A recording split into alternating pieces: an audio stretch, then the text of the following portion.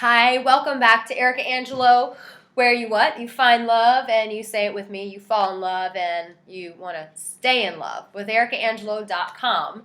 So I shared in my last video, if you haven't seen it, go check it out. It's called Love Boundaries. It's part 1 of 2. This is obviously part 2 of 2. And I talk about how in relationships, there has to be boundaries with love. Like why you want to love someone unconditionally and not just be in a situation where it's like, I'm loving you to get out of you. You want to love for the sake of love. But at the same time, you don't want to be a walking doormat.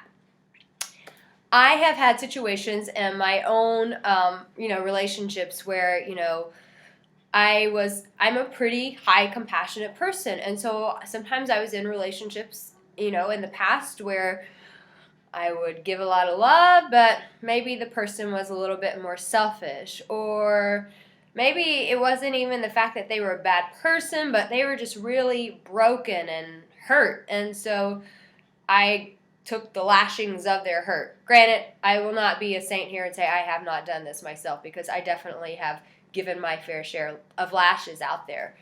But, being in situations where it's just you're constantly getting lash after lash, at some point you just got to go, okay, I can't do this. Like, we got to set some boundaries here. We got to set some parameters. Listen, let's just say the person talks to you, they're ugly, they rip you apart. And so you just have to say, listen, if you keep tearing me apart in our conversations, then I'm afraid that I'm not going to be able to engage in these kind of conversations with you until you can find a way to refrain from cutting me down and actually coming back and saying what you appreciate about me.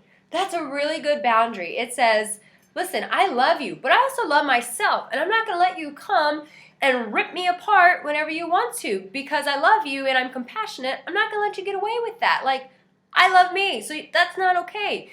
You can't do that to me. Or, in another situation, like, let's say you're with a selfish person. The world revolves around them. And so you keep pouring love on them and you're doing your part, and the person's just like, it's gotta be my way or the highway.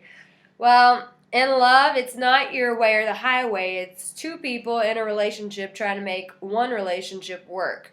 So with a selfish attitude, it's like it's the same thing. You have to have boundaries. Sweetheart, while I love giving to you, I really enjoy it.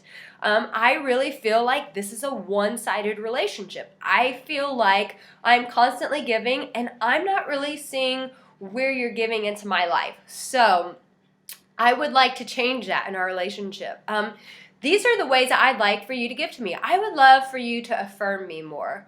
I would love to be taken out and taken to dinners a little bit more. Whatever it is that you deeply want, saying, you're not just saying, you don't give enough to me and I'm through with this. No, you're saying, this really hurts. I'm not okay with this. And actually, this is what I want. Just saying that you're not happy about something isn't enough. You have to give people solutions. Okay, well, what's the solution to fix this? Well, actually, this is what I would like from you. This is how I feel like you can give back to me. And so it sets your partner up to be able to fulfill that. When you have someone, it's just constantly my way or the highway. At some point you have to ask yourself, is this okay? Now, obviously, if you're in a marriage, you just don't want to run out and get a divorce. I would suggest you go and see a counselor. But if it's a dating relationship and you guys are just seeing where they're going, seeing where things are going for you guys, then you may want to reevaluate that and go, okay, listen, is this a history for this person? Have they been taught in life that it's okay for the world to revolve around them? And is this a pattern for them? Okay, am I comfortable with that? Chances are, if you love yourself, you should not be comfortable with that. So you have to say, you know what? I just may not think this may not be a fit. I mean, if they're at that place where you're conversating with them, you're sharing your needs, and they're still unable, just do not want to meet you where you are, then in a situation like that, you have to do what's best for yourself if it's a dating relationship. But communicate, establish a boundary, say what it is that hurts your heart, but also establish a boundary of this is what I would like to receive from you. So these are just a couple examples of boundaries that you can actually implement into your relationship. Boundaries are huge, and when you exemplify I have boundaries for myself because I love myself. You open yourself up to freedom. You open up yourself to be loved for the way that you actually deserve to be loved. But remember, you have to give it to yourself first. That's the tricky part. Thank you for coming to Erica Angelo. Go to my website, ericaangelo.com.